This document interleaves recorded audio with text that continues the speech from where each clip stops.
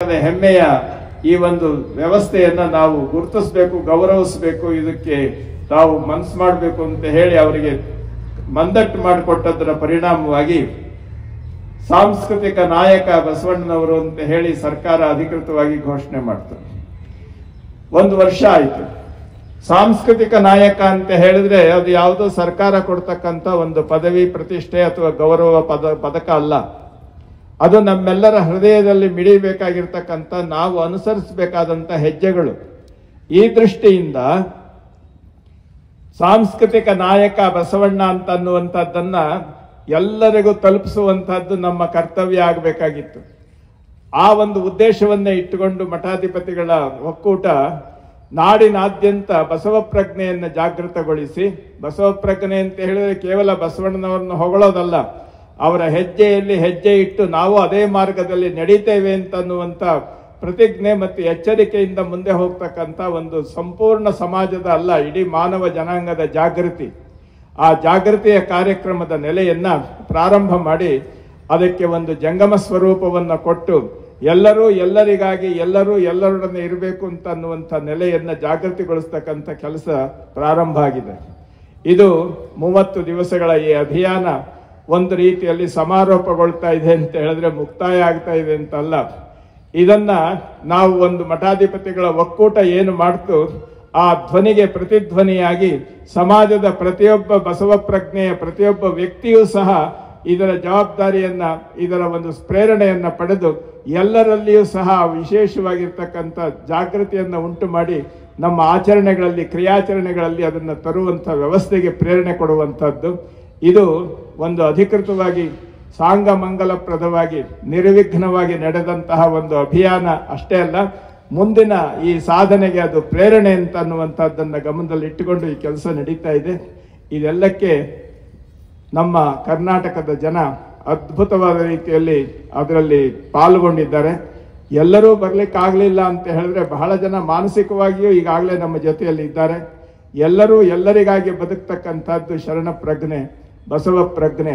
ಅದನ್ನು ಜಾಗೃತಗೊಳಿಸುವ ನೆಲೆಯಲ್ಲಿ ಅದನ್ನು ಎಲ್ಲರಿಗೆ ಪರಿಚಯ ಮಾಡಿಕೊಡ್ತಕ್ಕಂಥ ರೀತಿಯಲ್ಲಿ ತಾವೆಲ್ಲ ಸುದ್ದಿ ಮಾಧ್ಯಮದವರಿಗೆ ನಾವು ಈ ವಿಷಯವನ್ನು ತಲುಪಿಸ್ತಾ ಇದ್ದೇವೆ. ಸುದ್ದಿ ಮಾಧ್ಯಮ ಅಂತ ಹೇಳಿದ್ರೆ ಇಡೀ ಜಗತ್ತಷ್ಟೇ ಅಲ್ಲ, ಎಲ್ಲ ಕಡೆಯಲ್ಲಿಯೂ ವಿಚಾರದ ವಾಸ್ತವ ಸತ್ಯವನ್ನು ಜಗತ್ತಿಗೆ ಪರಿಚಯ ಮಾಡಿಕೊಡ್ತಕ್ಕಂಥ ಒಂದು ಅದ್ಭುತವಾಗಿರುವಂಥ ಮಾಧ್ಯಮ ವೇದಿಕೆ ಇದು. ಆದ್ದರಿಂದ ನಿಮ್ಮ ಮುಂದೆ ನಾವು ಹೇಳುವಂಥದ್ದು ಅದು ಇಡೀ ಮಾನವ ಕುಲಕ್ಕೆ ಹೇಳಿದಂತೆ ಅಂತನ್ನುವಂಥ ರೀತಿಯಿಂದ ನಾವು ಈ ಕಾರ್ಯಕ್ರಮದಲ್ಲಿ ಎಚ್ಚರಿಕೆಯಿಂದ ಈ ವಿಚಾರಗಳನ್ನು ತಮ್ಮ ಮುಂದೆ ಪ್ರಸ್ತುತಪಡಿಸ್ತಾ ಇದ್ದೇವೆ. ಇದಕ್ಕೆ ಎಲ್ಲ ಜನಗಳ ಸಹಕಾರ ಮತ್ತು ಹಿಂದೆ ನಾವು ಯಾವತ್ತೂ ಕೃತಜ್ಞರಾಗೂ ಇರಬೇಕಾಗ್ತದೆ. 30 ದಿವಸಗಳ ನೆಲೆಯಲ್ಲಿ ಇದರ ಜೊತೆಯಲ್ಲಿ ಸಂಪೂರ್ಣವಾಗಿ ದುಡಿದವರು ಮತ್ತು ಅದಕ್ಕಾಗಿ ಶ್ರಮ ವಹಿಸಿದವರು ಎಲ್ಲರೂ ಏನಿದ್ದಾರೆ ಅವರೆಲ್ಲರೂ ಸಹ ಬಸವಪರ ಪ್ರಜ್ಞೆಯ ವಿಶೇಷವಾಗಿರ್ತಕ್ಕಂಥ ಶರಣ ಸಮೂಹ ಅಂತ ಅನ್ನುವಂಥದ್ದನ್ನು ಗಮನಿಸಿಕೊಂಡು ಅವರೆಲ್ಲರಿಗೆ ಅಭಿನಂದನೆಗಳು ಮತ್ತು ಕೃತಜ್ಞತೆಗಳನ್ನು ಹೇಳುವ ಮುಖಾಂತರವಾಗಿ ಈ ಒಂದು ಸುದ್ದಿಗೋಷ್ಠಿಯಲ್ಲಿ ನನ್ನ ಕೆಲವು ಮಾತುಗಳನ್ನು ತಮ್ಮ ಮುಂದೆ ಇಟ್ಟಿದ್ದೇನೆ. ಶರಣು ಶರಣಾರ್ಥಿ. ಲಿಂಗಾಯ ನಮಃ. ಧರ್ಮಗುರು ಬಸವಣ್ಣನವರನ್ನ ಮನಸ್ಸಲ್ಲಿ ಪ್ರಾರ್ಥಿಸಿ ಮತ್ತು ಇಂದಿನ ಪತ್ರಿಕಾ ಪ್ರಕಟಣೆಯಲ್ಲಿ ಭಾಗಿಯಾಗಿರುವಂತಹ ಎಲ್ಲ ಪೂಜ್ಯರ ಶ್ರೀಚರಣಕ್ಕೆ ವಂದಿಸಿ ಎಲ್ಲ ಮುಖಂಡರಿಗೂ, ಜಾಮದಾರಪ್ಪ ಅವರಿಗೂ ಮತ್ತು ಎಲ್ಲರಿಗೂ, ಪತ್ರಿಕಾ ಮಾಧ್ಯಮದವರೇ ಮತ್ತು ಮೀಡಿಯಾದವರೇ ಎಲ್ಲರಿಗೂ ಶರಣಾರ್ಥಿಗಳನ್ನು ಸಲ್ಲಿಸಿ, ನಿಜಕ್ಕೂ ಈಗ ಬಸವ ಸಂಸ್ಕೃತಿ ಅಭಿಯಾನ ಈಗಾಗಲೇ ವ್ಯಾಪಕವಾಗಿ ಪ್ರಚಾರ ಆಗಿಬಿಟ್ಟಿದೆ, ಜನಮನದಲ್ಲಿ ಮೂಡಿದೆ. ಪೂಜ್ಯರು ಕೂಡ ಆ ವಿಚಾರವನ್ನು ಡೀಟೇಲ್ ಆಗಿ ವಿಚಾರವನ್ನು ಪ್ರಸ್ತಾಪ ಮಾಡಿದ್ದಾರೆ. ಇದು ನನಗೆ ಒಂದೇನು ಅನ್ನಿಸ್ತಾ ಇದೆ ಅಂದರೆ, ಮತ್ತು ಅದೇ ವಿಚಾರ ಹೇಳೋಕ್ಕಿಂತಲೂ ಹಲವಾರು ವರ್ಷಗಳ ಕನಸು ಎಲ್ಲರಿಗೂ ಈಗ ಆಗಬೇಕು ಅನ್ನೋದನ್ನಿತ್ತು. ಹಲವಾರು ವರ್ಷಗಳ ಕನಸು ಇಂದು ನನಸಾಗಿದೆ ಅಂದಾಗ ನಮಗೆ ಬಹಳ ಖುಷಿ, ಬಹಳ ಸಂತೋಷ ಅನಿಸ್ತಾ ಇದೆ. ಯಾಕೆಂದರೆ ಶರಣರ ನುಡಿಗಳಂತೆ 12ನೇ ಶತಮಾನದಲ್ಲೇನು ವೈಭವವಾಗಿ ಕಲ್ಯಾಣ ಪಟ್ಟಣದಲ್ಲಿ ಬಸವಣ್ಣನವರ ನೇತೃತ್ವದಲ್ಲಿ ನಡೆಯಿತೋ ಅದನ್ನ ಮತ್ತೆ 21ನೇ ಶತಮಾನಕ್ಕೆ ಮತ್ತು ನಾವು ಅದನ್ನ ಪ್ರಾರಂಭ ಮಾಡ್ತೀವಿ ಅನ್ನುವಂಥ ಉದ್ದೇಶವನ್ನು ಅವರೇನು ಹೇಳಿದ್ರೋ ಅದನ್ನ ಈಗ ಎಲ್ಲಾ ಮಠಾಧೀಶರ ಒಂದು ಒಕ್ಕೂಟದಲ್ಲಿ ಈ ಕಾರ್ಯಕ್ರಮ ತುಂಬಾ ಯಶಸ್ವಿ ಆಯಿತು. ಎಲ್ಲಾ ಕಡೆನ ಉತ್ಸಾಹ ಅಭಿಮಾನವನ್ನು ನೋಡಿದಾಗ ನಮಗನಿಸ್ತು ಮತ್ತು ಬಸವ ಪ್ರಜ್ಞೆ ಮತ್ತು ಎಲ್ಲರಲ್ಲಿ ಮೂಡ್ತಾ ಇದೆ, ವ್ಯಾಪಕವಾಗಿ ಪ್ರಚಾರ ಆಗ್ತಾ ಇದೆ ಅನ್ನುವುದನ್ನ ನಮಗೆ ಈಗ ಮನವರಿಕೆ ಆಗಿದೆ. ಈಗಾಗಲೇ ಅಭಿಯಾನ ನಾವು 30 ಜಿಲ್ಲೆಗಳಲ್ಲಿ ಮಾಡಿ ಇದು ನಾಳೆ ಅಂದ್ರೆ 5ನೇ ತಾರೀಕು ಅಕ್ಟೋಬರ್ 5ನೇ ತಾರೀಕು ನಾವಿದನ್ನು ಮುಕ್ತಾಯ ಸಮಾರಂಭವನ್ನು ಇಟ್ಕೊಂಡಿದ್ದೀವಿ.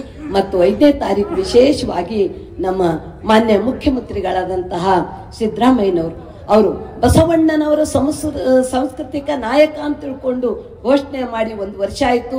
ಅವರಿಗೆ ನಾವು ಅಭಿನಂದನೆಯನ್ನು ಅರ್ಪಿಸಬೇಕು ಅನ್ನುವಂಥ ಉದ್ದೇಶದಿಂದ ಈ ಕಾರ್ಯಕ್ರಮವನ್ನು ಹಮ್ಮಿಕೊಂಡಿದ್ದೀವಿ. ತುಂಬ ಯಶಸ್ವಿಯಾಗಿ ಇದು ಆಗಿದೆ. ನಾಡಿನಾದ್ಯಂತ ಪ್ರಚಾರ ಆಗಿದೆ ಮತ್ತು ನೀವು ಮೀಡಿಯಾದವರು ಕೂಡ ವ್ಯಾಪಕವಾಗಿ ಪ್ರಚಾರವನ್ನು ಮಾಡಿದಿರಿ. ಇನ್ನು ಮೇಲೆ ನಾಳೆ ಕಾರ್ಯಕ್ರಮದು ಮಾಡಬೇಕು. ನಮ್ಮ ಬೇರೆ ಬೇರೆ ಬೇರೆ ಬೇರೆ ಜಿಲ್ಲೆಗಳಿಂದ ಬರ್ತಾ ಇದ್ದಾರೆ. ನಾನೊಂದು ಕಳಕಳಿಯಿಂದ ಒಂದು ಮಾತನ್ನು ಹೇಳ್ತಾ ಇದ್ದೀನಿ. ನಮ್ಮ ಬೆಂಗಳೂರು ನಗರದ ಶರಣರು ಶರಣೆಯರೆಲ್ಲರೂ ಅಧಿಕ ಸಂಖ್ಯೆಯಲ್ಲಿ ಬಂದು ಈ ಕಾರ್ಯಕ್ರಮ ಯಶಸ್ವಿಗೊಳಿಸಬೇಕು ಅಂತ ತಿಳ್ಕೊಂಡು ಹೇಳಿ ನಾನು ಬೆಂಗಳೂರು ಮಹಾನಗರದ ಎಲ್ಲ ಶರಣರಿಗೂ ಕೂಡ ನಾನು ಏನಂತಂದ್ರೆ ಆಮಂತ್ರಣವನ್ನು ಕೊಟ್ಟು ನಾನು 2 ಮಾತುಗಳನ್ನು ಮುಕ್ತಾಯ ಮಾಡ್ತಾ ಇದ್ದೇನೆ. ಧನ್ಯವಾದಗಳು ಪೂಜ್ಯ ಸ್ವಾಮೀಜಿಯವರಿಗೆ. ಆತ್ಮೀಯರೇ, ಈಗ ತಮ್ಮಲ್ಲಿ ಕೆಲವು ಪ್ರಶ್ನೆಗಳಿರ್ಬೋದು ಈ ಸಮಾವೇಶ ಸಂಬಂಧಪಟ್ಟಾಗೆ. ಇಲ್ಲಿ ನಾವು ಹೆಚ್ಚು ಕಡಿಮೆ ಒಂದು 20,000 ಜನಕ್ಕೆ ನಾವು ವ್ಯವಸ್ಥೆಯನ್ನು ಮಾಡ್ಕೊಂಡಿದ್ದೀವಿ. ಅದೇ ರೀತಿಯಾಗಿ 300ಕ್ಕೂ ಹೆಚ್ಚು ಜನ ಸ್ವಾಮೀಜಿಗಳವರು ಭಾಗವಹಿಸ್ತಾ ಇದ್ದಾರೆ. ಇನ್ನು ಉಳಿದಂತೆ ವಿಚಾರಗಳ ಕುರಿತಂತೆ ತಾವು ದಯವಿಟ್ಟು ಏನಾದ್ರು ಪ್ರಸ್ತಾಪಗಳಿದ್ರೆ ತಮ್ಮಲ್ಲಿ ಸಂಶಯಗಳಿದ್ರೆ ಕೇಳಬಹುದು.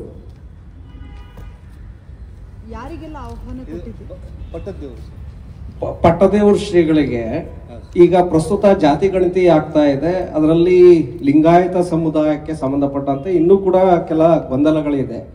ಜಾತಿ ಕಾಲಂನಲ್ಲಿ ಯಾವ್ದು ಬರ್ಸ್ಬೇಕು, ಧರ್ಮದ ಕಾಲಂನಲ್ಲಿ ಏನ್ ಬರ್ಸ್ಬೇಕು ಅಂತ ಈಗಾಗಲೇ ನಾವು ಅನೇಕ ಜಿಲ್ಲೆಯಲ್ಲಿ ಅದನ್ನು ಸ್ಪಷ್ಟವಾಗಿ ಹೇಳ್ತಾ ಬಂದಿದ್ದೀವಿ. ನಮಗೆ ಪ್ರತ್ಯೇಕ ಕಾಲಮ್ ಇನ್ನೂ ಸಿಕ್ಕಿಲ್ಲ. ಇತರೆ ಎನ್ನುವ ಕಾಲಂಬದಲ್ಲಿ ನಾವು ಲಿಂಗಾಯತ ಅಂತ ಧರ್ಮ ಅನ್ನೋ ಇತರೆ ಅಂತ ಇತರ ಧರ್ಮದವರಿಗೆ ಇತರೆ ಅಂತ ಒಂದು ಕಾಲಮ್ ಇದೆ. ಆ ಕಾಲಮ್ದಲ್ಲಿ ಲಿಂಗಾಯತ ಅಂತ ಸ್ಪಷ್ಟವಾಗಿ ಬರಿಬೇಕು. ಆಮೇಲೆ ಜಾತಿ ಕಾಲಮ್ದಲ್ಲಿ ಅವರವರ ಲಿಂಗಾಯತ ಪಂಚಮಸಾಲಿ ಲಿಂಗಾಯತ ಏನು ಬೇಕಾದರೂ ಬರಿಬಹುದು. ಆ ನಂತರ ಉಪಜಾತಿಯಲ್ಲಿ ತಮ್ಮ ಉಪಜಾತಿ ನಮೂದಿಸಬಹುದು ಅಂತ ನಾವು ಸ್ಪಷ್ಟವಾಗಿ ಎಲ್ಲ ಮಠಾಧಿಪತಿಗಳ ಒಕ್ಕೂಟದ ಸ್ಪಷ್ಟವಾದ ಅಭಿಪ್ರಾಯ ಇದೆ.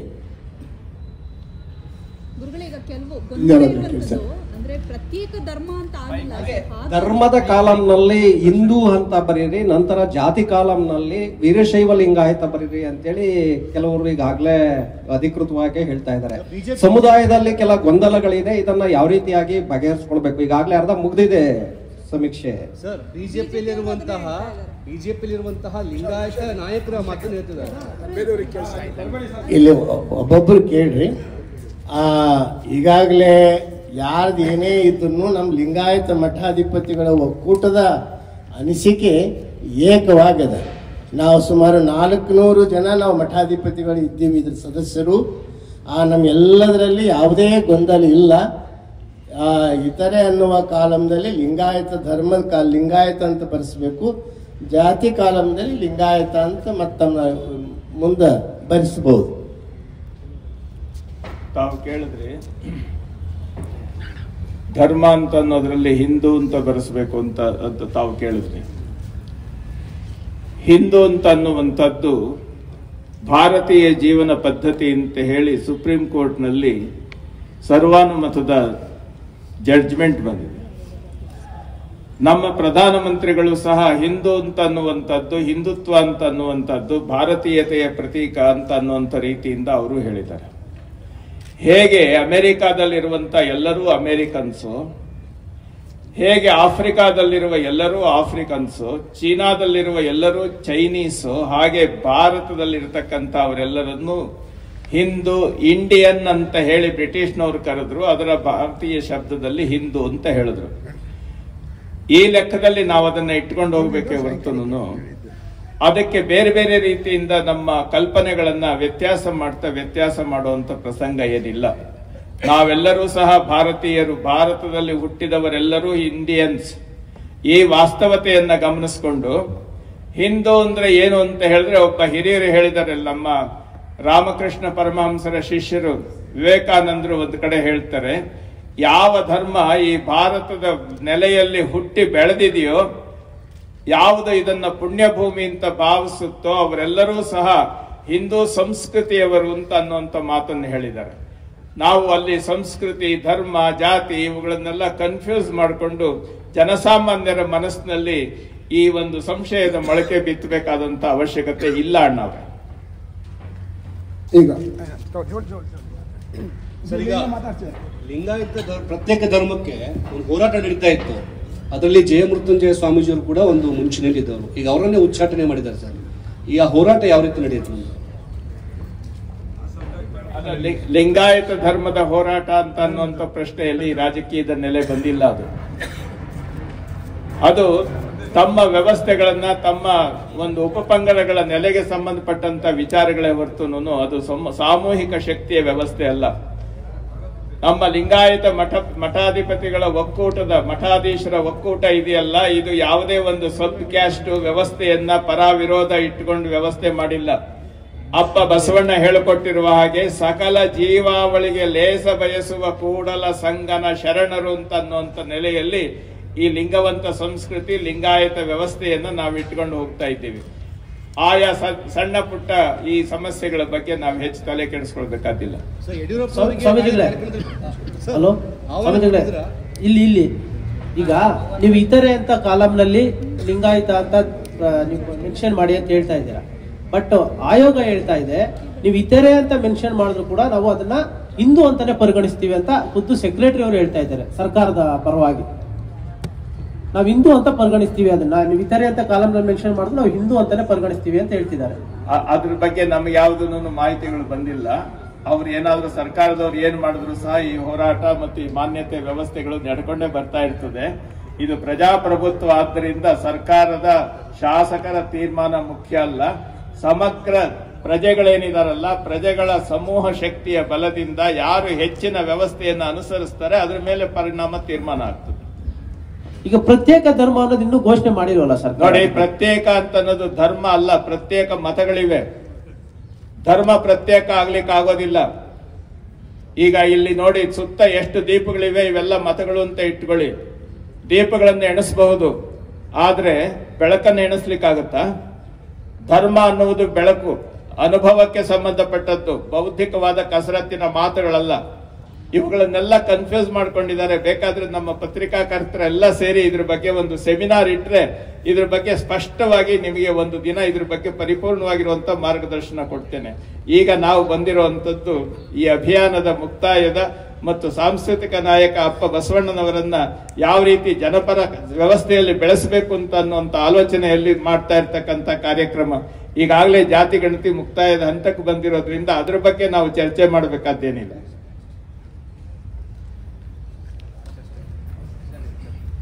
ಬೇಲಿ ಮಠದ ಶ್ರೀಗಳೇ, ಈಗ ಜಾಮದಾರ್ ಸರ್ ಕೂಡ ಇಲ್ಲೇ ಇದ್ದಾರೆ. ಪ್ರತ್ಯೇಕ ಲಿಂಗಾಯತ ಧರ್ಮ ಅಂತೇಳಿ ಹಿಂದೆ ಹುಟ್ಟು ಹಾಕಿದಂಥವ್ರು. ಸೊ ಅವರು ಹೇಳ್ತಾ ಇದ್ರೆ ಹಿಂದೂ ಅನ್ನುವಂತಹ ಧರ್ಮದ ಕಾಲಂನಲ್ಲಿ ಹಿಂದೂ ಅನ್ನುವುದು ಬೇಡ, ಲಿಂಗಾಯತ ಅಂತೇಳಿ ಬರ್ಸಿ ಅಂತೇಳಿ. ನೋಡಿ, ಒಂದು ಹೇಳ್ತೇನೆ, ನಮ್ಮ ಜಾಗತಿಕ ಲಿಂಗಾಯತ ಮಹಾಸಭಾದವರು ಇದನ್ನ ಹುಟ್ಟು ಹಾಕಿಲ್ಲ, ವಾಸ್ತವ ಸತ್ಯವನ್ನ ಜಗತ್ತಿಗೆ ಕೊಡ್ತಾ ಇದ್ದಾರೆ ಅಂತ ಅಷ್ಟೇ ನಾವು ಇಟ್ಕೊಳ್ಬೇಕೆ ಹೊರತು ಯಾರು ನಾವು ಮರ್ತೋದನ್ನ ಜ್ಞಾಪಿಸ್ತಾರೆ ಅದನ್ನ ಅವರೇ ಹುಟ್ಟು ಹಾಕಿದ್ರು ಅಂತ ಅನ್ನುವಂಥದ್ದು ಇದೆಯಲ್ಲ, ಇದು ನಮ್ಮ ಚಿಂತನೆಯ ಕೊರತೆಯನ್ನ ಅದು ಹೇಳ್ತದೆ. ಆ ದೃಷ್ಟಿಯಿಂದ ಅವರು ಹುಟ್ಟಾಕಿದ್ರು ಅಂತ ಅನ್ನುವಂಥ ಪ್ರಶ್ನೆ ಏನಿಲ್ಲ. ಜನಸಾಮಾನ್ಯರಲ್ಲಿ ಲಿಂಗಾಯತ ಪ್ರಜ್ಞೆಯನ್ನ ಜಾಗೃತಗೊಳಿಸಬೇಕು ಅಂತ ಅನ್ನುವಂಥದ್ದು ಜಾಗತಿಕ ಲಿಂಗಾಯತ ಮಹಾಸಭೆಯ ಮೂಲ ಉದ್ದೇಶ. ಏನು ಜಾಗತಿಕ ಪ್ರಜ್ಞೆ ಅಂತ ಹೇಳಿದ್ರೆ, ಅಪ್ಪ ಬಸವಣ್ಣನವರು ಹೇಳಿದಾಗೆ 4 ಗುಣಗಳನ್ನ ಇಟ್ಟುಕೊಳ್ಬೇಕು. ಭಕ್ತಿ ಸುಭಾಷೆಯ ನುಡಿವೆ, ನುಡಿದಂತೆ ನಡೆವೆ, ನಡೆಯಲ್ಲಿ ನುಡಿಯ ಪೂರೈಸುವೆ. ಈ ರೀತಿಯಲ್ಲಿ ಎಲ್ಲರೂ ಜಾಗೃತರಾಗಿ ತಮ್ಮ ಕರ್ತವ್ಯ ಮತ್ತು ತಮ್ಮ ವೈಯಕ್ತಿಕ ಬದ್ಧತೆ, ಸಮಾಜದ ಬದ್ಧತೆ ಇವುಗಳನ್ನ ಜೋಡಿಸ್ಕೊಂಡು ಹೋಗ್ತಕ್ಕಂಥ ನೆಲೆ ಇದೆಯಲ್ಲ, ಇದು ಲಿಂಗಾಯತದ ಮೂಲ ತತ್ವ ಮತ್ತು ಸತ್ವ ಅದನ್ನ ಜಾಗೃತ ಮಾಡುವಂತ ವ್ಯವಸ್ಥೆಯನ್ನ ದಾರಿ ತಪ್ಪಿಸುವಂತವ್ರು ಕೆಲವರು ಏನ್ ಮಾಡ್ತಾರೆ ಅಂದ್ರೆ ಅದನ್ನ ಆ ರೀತಿ ಎಳೆದಾಡ್ತಾರೆ. ಅದ್ರ ಬಗ್ಗೆ ತಲೆ ಕೆಡಿಸ್ಕೊಳ್ಬೇಕಾದಿಲ್ಲ. ಬಹುಶಃ ಪ್ರಶ್ನೆಗಳು ಮುಗಿದಿದೆ ಅಂತ ಭಾವಿಸಿದ್ದೇನೆ. ಸ್ವಾಮೀಜಿ ಇನ್ನಾರ ಮಾತಾಡಿದ್ದಾರೆ. ಚಂದ್ರಮೌಳಿ ಸರ್, ಯಾರಿಗೆಲ್ಲ ಆಹ್ವಾನ ಕೊಟ್ಟಿದ್ದೀರಿ ಸರ್? ಶುಕ್ರವಾರ ನಡೆಯುವ ಕಾರ್ಯಕ್ರಮಕ್ಕೆ ಯಾರಿಗೆಲ್ಲ ಆಹ್ವಾನ ಇದೆ? ಎಲ್ರಿಗೂ ಆಹ್ವಾನವನ್ನ ಕೊಡಲಾಗಿದೆ. ಮುಖ್ಯಮಂತ್ರಿಗಳು ಮೊದಲು ಮಾಡಿಕೊಂಡು ಎಲ್ಲ ಸಚಿವ ಸಂಪುಟದ ಮುಖ್ಯ ಎಲ್ಲ ಸಚಿವರಿಗೆ, ಆಮೇಲೆ ಯಡಿಯೂರಪ್ಪನವ್ರಿಗೆ ಆಹ್ವಾನ ಮಾಡಲಾಗಿದೆ. ಮತ್ತೆ ಉಳಿದೆಲ್ಲ ಇದು ಹೊರತಾಗಿ ಕೂಡ ಅನೇಕ ಜನಪ್ರತಿನಿಧಿಗಳನ್ನು ಕೂಡ ಆಹ್ವಾನ ಮಾಡಿದ್ದೀವಿ. ಇನ್ನು ಸರಿಯಾದ ಇನ್ನೊಂದು ಮಾಹಿತಿ ಇದೆ, ಅವ್ರನ್ನೆಲ್ಲ ಆಹ್ವಾನ ಮಾಡಿ ಎಲ್ಲ ಪಕ್ಷದವ್ರನ್ನ ಆಹ್ವಾನ ಮಾಡಲಾಗಿದೆ. ಮತ್ತೆ ಇನ್ನೊಂದು ಮುಖ್ಯವಾದ ವಿಷಯ, ನಾಳೆ ಬಸವ ಸಂಸ್ಕೃತಿ ಅಭಿಯಾನದ ಮುಖ್ಯ ರಥ ಇಡೀ ರಾಜ್ಯದುದ್ದಕ್ಕೂ ಏನು ಸಂಚಾರ ಮಾಡಿ ಬಂದಿದೆ. ನಾಳೆ ಬೆಂಗಳೂರಿನ ನಗರದಲ್ಲಿ ಪ್ರಮುಖ ಎಲ್ಲ ರಸ್ತೆಗಳಲ್ಲಿ ಬಸವ ಬೈಕ್ ರ್ಯಾಲಿಯೊಂದಿಗೆ ಬಸವ ರಥ ಸಂಚಾರಗೊಳ್ಳಲಿದೆ. ಬೆಳಗಿನ 10:30 ಬೆಳಗ್ಗೆ 8 ಗಂಟೆಯಿಂದ ಆ ಬಸವ ರಥ ರ್ಯಾಲಿ ಆರಂಭ ಆಗ್ತದೆ ನೆಲಮಂಗಲದಿಂದ.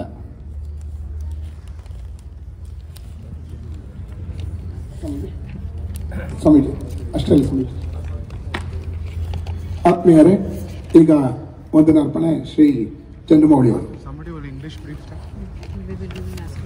ಎಲ್ಲರಿಗೂ ಮಾಧ್ಯಮಿತ್ರರಿಗೂ ಪತ್ರಿಕಾ ಮಾಧ್ಯಮದವರಿಗೂ ಎಲ್ಲರಿಗೂ ಬಂದಿದ್ದಕ್ಕಾಗಿ ಹೃತ್ಪೂರ್ವಕ ಶರಣಾರ್ಥಿ. ಅದೇ ರೀತಿಯಾಗಿ ವೇದಿಕೆ ಮೇಲೆ ಸಾನ್ನಿಧ್ಯವನ್ನು ವಹಿಸಿರ್ತಕ್ಕಂಥ ನಮ್ಮ ನಾಡೋಜ ಭಾಲ್ಕಿ ಅಪ್ಪನವರಿಂದ ಆದಿಯಾಗಿ ಎಲ್ಲ ಪೂಜ್ಯರಿಗೂ ಹೃತ್ಪೂರ್ವಕ ಶರಣಾರ್ಥಿಗಳು. ಬೈಕ್ ರ್ಯಾಲಿಯೊಂದಿಗೆ ಬಸವ ರಥ ಯಾತ್ರೆ ಬೆಳಿಗ್ಗೆ ನಮ್ಮ ಶಿವಕುಮಾರ್ ಮಹಾಸ್ವಾಮೀಜಿಯವರ ಫ್ಲೈಓವರ್ ತುಮಕೂರು ರಸ್ತೆಯಲ್ಲಿ ಶುರುವಾಗತ್ತಲ್ಲ, ಅಲ್ಲಿಂದ ಬಸವ ರಥ ಯಾತ್ರೆ, ಸಂಗೀತ ಒಂದು ರಥ ಇರುತ್ತೆ, ಅದರೊಂದಿಗೆ ಬೈಕ್ 100 ಬೈಕ್ಗಳೊಂದಿಗೆ ಅಲ್ಲಿಂದ ಬಸವ ರಥ ಯಾತ್ರೆ ಶುರುವಾಗಿ ಗುರುಗುಂಟೆಪಾಳ್ಯ ಹಾಗೂ ಯಶವಂತಪುರದ ಒಂದು ಸರ್ಕಲ್ ಅಲ್ಲಿ ಕೂಡ ಶರಣರು, ಆಮೇಲೆ ರಾಜಾಜಿನಗರ ಬಸವ ಪುತ್ಥಳಿ ಬಸವ ಮಂಟಪದ ಹತ್ರ, ಅಲ್ಲಿಂದ ಬಸವೇಶ್ವರ ನಗರ, ವಿಜಯನಗರ, ಚಾಮರಾಜಪೇಟೆ ಹಾಗೂ ಬಸವನಗುಡಿಯ ನಿಜಗುಣ ಮಠ, ಆಮೇಲೆ ಜಯನಗರದ ನಮ್ಮ ಮಲ್ಲಿಕಾರ್ಜುನ್ ಸರ್ ಅವರು ಮಾಡಿರ್ತಕ್ಕಂಥ ಅಲ್ಲಿ ಪುತ್ಥಳಿಯೊಂದಿಗೆ ಕೊನೆಗೆ ಇಲ್ಲಿ ನಮ್ಮ ಬಸವ ಭವನದ ಹತ್ರ ನಮ್ಮ ಅರವಿಂದ್ ಜತ್ತಿ ಅವರು ಅದನ್ನ ಬರಮಾಡಿಕೊಂಡು ಅಲ್ಲಿ ಅವ್ರಿಗೆ ಗೌರವ ಸಲ್ಲಿಸ್ತಾರೆ.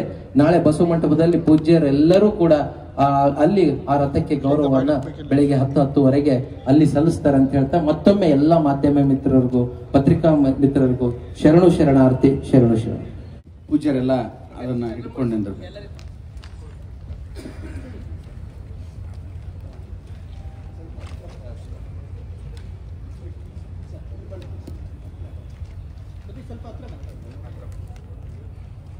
ಸ್ವಾಮೀಜಿ ಶ್ರೀನು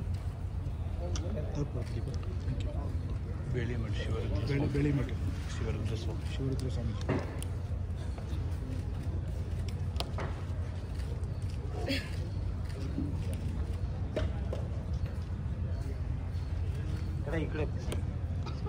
ಸ್ವಾಮೀಜಿ ಸ್ವಲ್ಪ ಈ ಕಡೆ ಸ್ವಾಮಿ. ಆತ್ಮೀಯರೇ, ಎಲ್ಲರಿಗೂ ಕೂಡ ಊಟದ ವ್ಯವಸ್ಥೆ ಮಾಡಲಾಗಿದೆ, ಪ್ರಸಾದ ವ್ಯವಸ್ಥೆ ಈ ಪೆಂಡಾಲ್ನ ಹಿಂಭಾಗದಲ್ಲಿ ವ್ಯವಸ್ಥೆ ಮಾಡಲಾಗಿದೆ.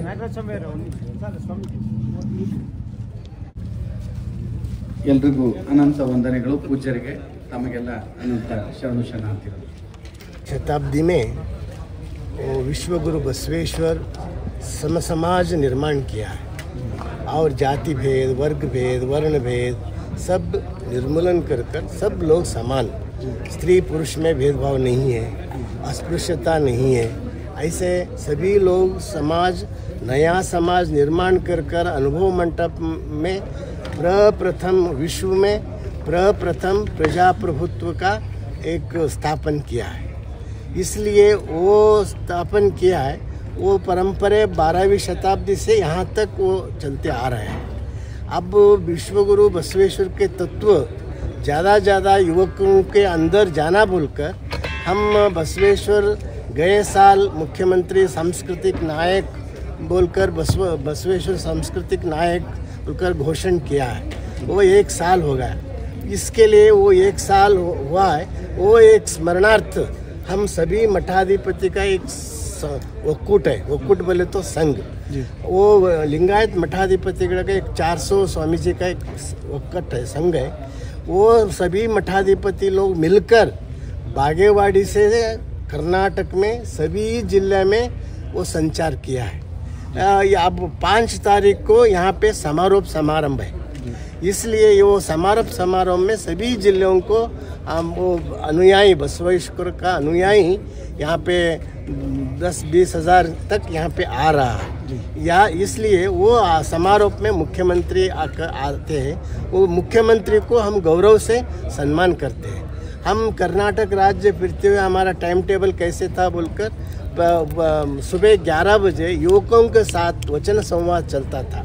युवक जो प्रश्न पूछते थे वो प्रश्न हम उत्तर देते थे। और दूसरा 4 बजे से 6 बजे तक पाद यात्रा चलता, 2 घंटा पाद यात्रा से हम चलते, जन जागृति पाद यात्रा करते थे।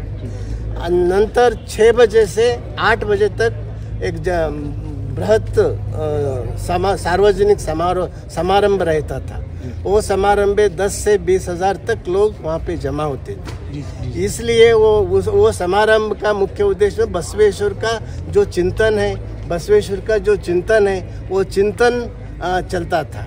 इसलिए वो सभी जिले में एक जिले से अभी ऊपर यशस्वी हुआ है। Swami ji, but what is your take on the caste census? The government is doing the caste census right now, but what is Lingayat's take on that? Sir काफ़ी कंट्रोवर्सी हुआ था इसको लेकर का, लिंगायत क्रिश्चियन, लिंगायत। इसमें कंट्रोवर्सी कुछ भी नहीं है।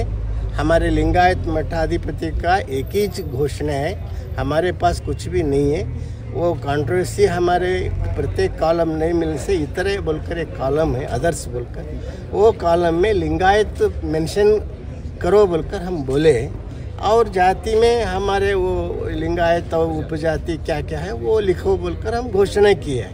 हमारे पास कुछ भी भेदभाव नहीं है, एक ही है। क्या धर्म हिंदू ही रहेगा या इंडिपेंडेंट कोई? नहीं, इंडिपेंडेंट लिंगायत रहेगा जी। धर्म हिंदू नहीं, हिंदू माने धर्म नहीं, हिंदू माने राष्ट्रीयता जी, हिंदू माने राष्ट्रीयता, धर्म नहीं है। ये सब कुछ लोग कंफ्यूजन करता है। हिंदू धर्म नहीं, ये राष्ट्रीयता, ऐसा सुप्रीम कोर्ट जजमेंट है, उसको आप नहीं मानेंगे? थोड़ा सोचिए सर। अभी तक कास्ट सेंसस ऑलरेडी एक बीच लेवल पे पहुंच गया है, क्या आप सेटिस्फाइड हैं जिस तरह से कास्ट सेंसस हो रहा है? ये कास्ट इंटरेस्ट सबको बसवेश्वर जी ने जो बोला हम फॉलो करते हैं। ये जो अभी हमारा समस्या जो हमारे सामने उत्पन्न हुआ है, बसवेश्वर जी का वचन में सबको उत्तर है, हम उसको पालन करते हैं। सर कुछ लोगों का कहना चाहिए कि आपका जो रिलीजन का है वहाँ पे आपको हिंदू लिखना चाहिए और कास्ट में लिंगायत लिखना चाहिए। ये कास्ट हिंदू माने भारतीय। I am a Indian citizen, हम अफ्रीकन नहीं। मेरा धर्म और आचरण लिंगायत, ये धर्म है। जो हमारा मन में संस्कार को पैदा करता है वो धर्म होता है। बसवेश्वर जी ने हमारा मन में लिंगवंत धर्म का सकल जीवावली लेस बयसुव विचार, उसका सबके लिए जीवन का जीतने का व्यवस्था बसवेश्वर जी ने जो सिखाया है वही धर्म है। हम लिंगायत धर्म।